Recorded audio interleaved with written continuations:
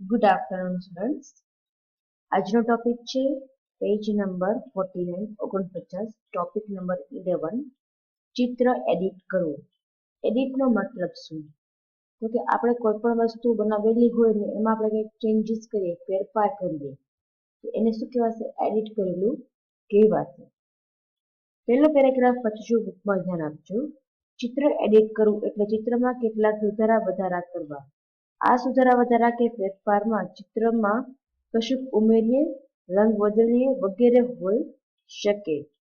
હવે શું કહે છે કે આપણને અમુક પ્રકારના સ્ટેપ્સ આપેલા છે, પહેલા આપણે ડ્રોઈંગ કરવાનું છે, એની અંદર આપણે સુધારા વધારા અથવા તો રંગની અંદર કંઈક ચેન્જીસ કરશું. સ્ટેપ નંબર 1 પેઇન્ટ શરૂ કરો. સ્ટેપ નંબર 2 ચિત્ર એટલે કે હાઉસ ખોલો. સૌથી પહેલા આપણે હાઉસ બનાવી લઈએ.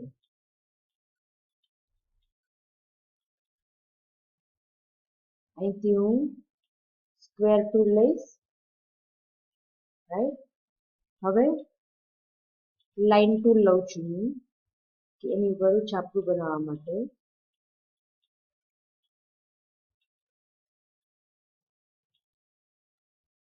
હવે શું કરીશ? હવે રાઉન્ડ એન્ડ રેક્ટેંગલ લઈ એક ડ્રો કરીશ અને ઉપર શું કરીશ? ચીમની.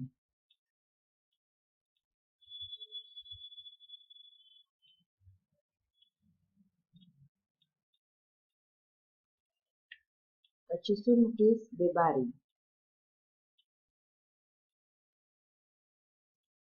હવે કલર પૂરવા માટે હું શું કરીશ? ફિલ વિથ કલર ટૂલનો ઉપયોગ કરીશ.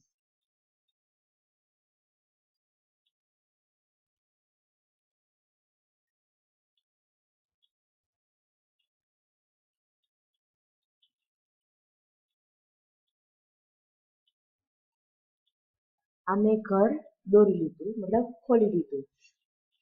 હવે પેજ નંબર 50 સ્ટેપ નંબર 3 ટૂલ્સમાં પેન્સિલ પર ક્લિક કરો. હવે આપણે પેન્સિલ ટૂલનો ઉપયોગ કરશું. ફિલ વિથ કલરની આગળ છે પેન્સિલ ટૂલ, એના પર હું ક્લિક કરીશ.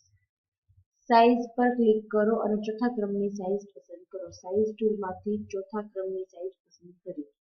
કલર 1 બ્લેક કલર દર્શાવે છે, આપણે આ ડિફોલ્ટ કલર જ પસંદ કરશું. કલર 1 અત્યારે બ્રાઉન કલર છે, પણ આપણે કલર બ્લેક જોઈએ છે, એનું કલર હું બ્લેક લઉં છું. સ્ટેપ નંબર 6 શું કહે છે? ડ્રેગિંગ દ્વારા ઘરની બાજુમાં વૃક્ષ દોરો.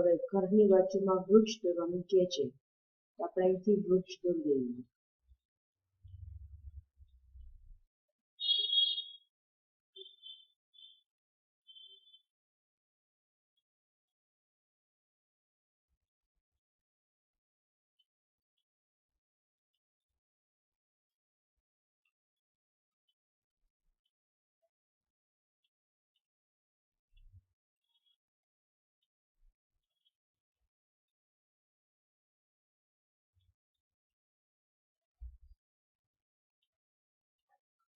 અમે પેન્સિલ ટૂલ વડે ઘર દોરી લીધેલું છે.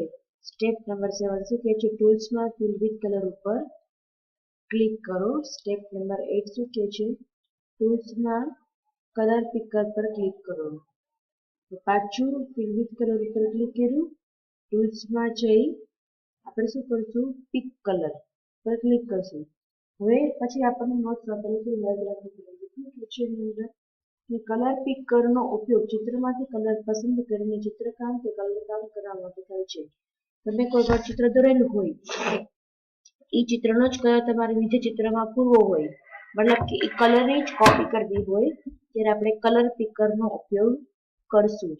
સ્ટેપ નંબર 9 ડ્રોઈંગ એરિયામાં માઉસ લઈ જાઓ, કલર પિકર આઇકનમાં ફેરવાઈ જશે. અત્યારે માઉસને હું ડ્રોઈંગ એરિયામાં લઈ ગઈ તો મારો માઉસનો એરો કલર પિકરનો જે ટૂલ છે એ એરિયામાં ફેરવાઈ જશે. સ્ટેપ નંબર 10 બ્રાઉન કલર પસંદ કરવા માટે છાપરાની અંદર ક્લિક કરો. કલર પિકર આઇકન હવે ફિલ વિથ કલર આઇકનમાં ફેરવાઈ જશે. અત્યારે કલર પિકર ખાલી છે એટલે આઇકન કેવો દેખાશે? કલર પિકર જેવો. તમારે કોપી નહીં કરવાની છે, છાપરામાં જેવો કલર છે એ કોપી કરવી છે. તો હું આના પર ક્લિક કરું છું તો મારો આઇકન આ જે કલર પિકર જેવો છે એ ફેરવાઈને 7 જેવો થઈ જશે, ફિલ વિથ કલર જેવો થઈ જશે. હું ક્લિક કરું છું, બરાબર ત્યાં સુધી જો ક્લિક કર્યું તો મારો આઇકન બદલાઈ ગયો અને કોના જેવો થઈ ગયો, ફિલ વિથ કલર જેવો થઈ ગયો. કલર 1 બોક્સ મારો કલર પણ બ્રાઉનમાં ફેરવાઈ જશે. વૃક્ષના થડમાં સ્ટેપ નંબર 11 વૃક્ષના થડમાં ક્લિક કરો, પસંદ કરેલો બ્રાઉન કલર તેમાં આખું દેખાશે. હવે અહીંયા ક્લિક કરું છું એટલે મારો જે કલરની કોપી કરેલી હતી તે બ્રાઉન કલર કોપી જે ઝાડનું થડ છે તેમાં પૂરાઈ ગયું. જે આપણે પેજ નંબર 51 જે પહેલું ચિત્ર આપેલું છે એમાં આપણે જોઈ શકીએ છીએ.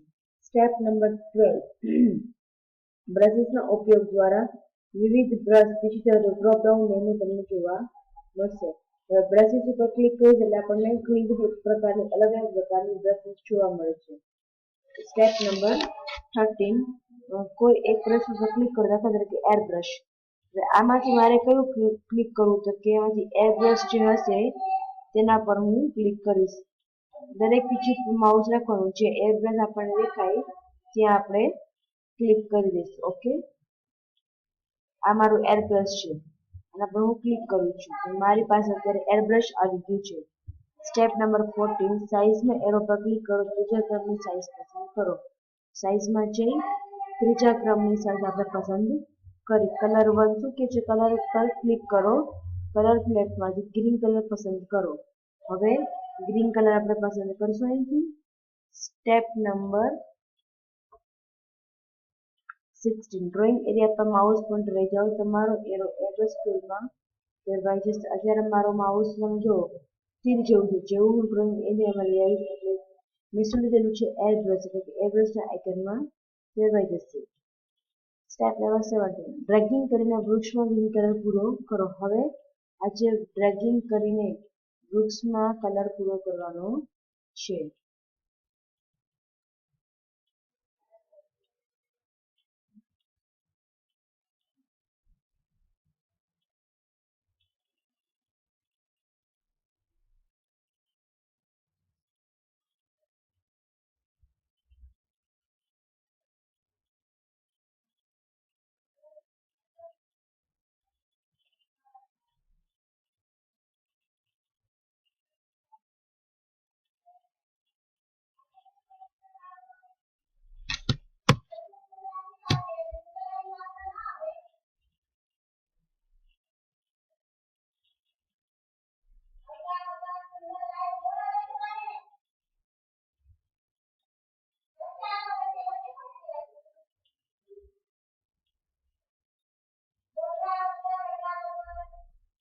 આ રીતે મારો ઝાડની અંદર કલર પૂરાઈ ગયો છે.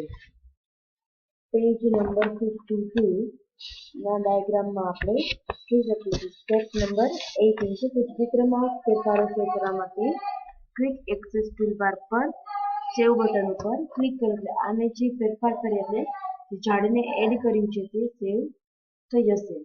સ્ટેપ નંબર 19 શું કે છે, ટાઇટલ બારમાંથી જઈ ક્લોઝ બટન ઉપર ક્લિક કરો. ફરીથી આપણે રિવાઇઝ કરીએ તો પેલા અહીંથી ઝાડને કાઢી નાખીએ.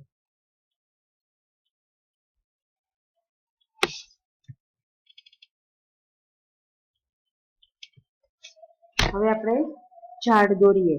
એના માટે સૌથી પહેલા આપણે પેન્સિલ ટૂલનો ઉપયોગ કરશું, એનાથી બ્રાઉન કલર કરશું અને અહીંથી ઝાડને થોડું મોટું રાખશું.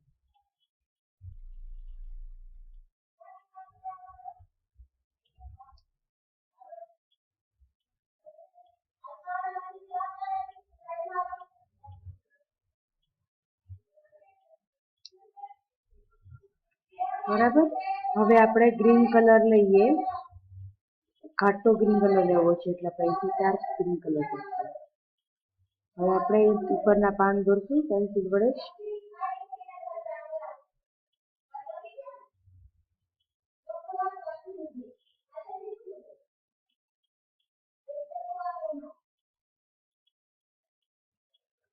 હવે એની અંદર કલર કરવા માટે આપણે સૌથી પહેલા થડમાં કોપી કલર કરવો છે એટલે આપણે શું કરશું, કલર પિકર ટૂલનો ઉપયોગ કરશું. કલર પિકર ટૂલનો ઉપયોગ શું છે, કલરની કોપી કરવા માટે. તો બ્રાઉન કલર કરવો છે તો બ્રાઉન ત્યાં સૌથી પહેલા હું કલર પિકર ટૂલ લઈશ. તો અત્યારે તમે જુઓ મારી પાસે કલર પિકર ટૂલનો જ આઇકન છે. હું જેવો જે કલર ઉપર ક્લિક કરીશ એટલે મારો આઇકન ફેરવાઈને શેમાં જશે? ફિલ વિથ કલર ટૂલમાં. એટલે આના પર ક્લિક કરું છું.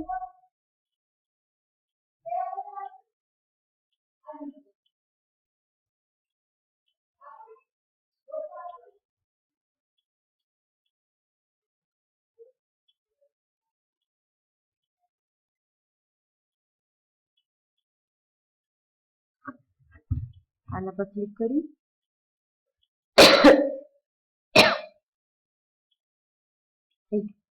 હવે આપણે ગ્રીન કલર પડશે એના માટે બ્રશ ટૂલનો ઉપયોગ કરીએ. એર બ્રશનો ઉપયોગ કરશું.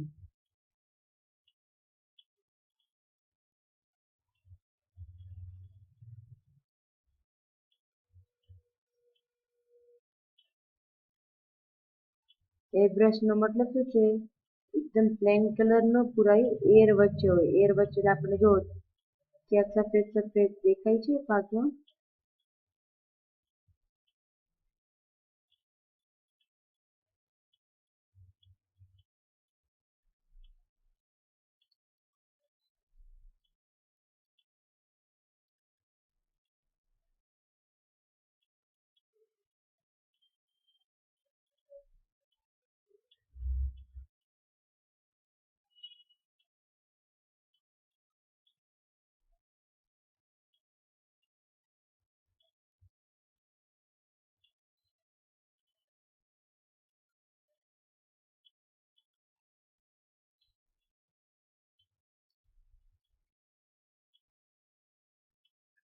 આ રીતે આપણે ઝાડમાં કલર એટલે કે આપણે બીજો કલર પણ એડ કરી શકીએ.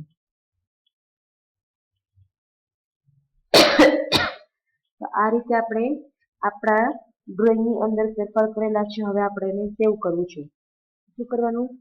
ક્વિક એક્સેસ ટૂલબારમાંથી સેવ બટન ઉપર ક્લિક કરી એટલે મારું ચિત્ર સર્જાઈ ગયું. બસ સેવ એઝ બોક્સ ખુલશે નહીં. શું કામ? કેમ કે મેં આ જે ફાઇલ હતી ઓલરેડી પહેલા સેવ કરેલી હતી. તો આજનો ટોપિક આપણે શું ભણ્યા? ટોપિક નંબર 11 ચિત્રને એડિટ કરવું. આ ટોપિકને હું અહીંયા પૂરો કરું છું.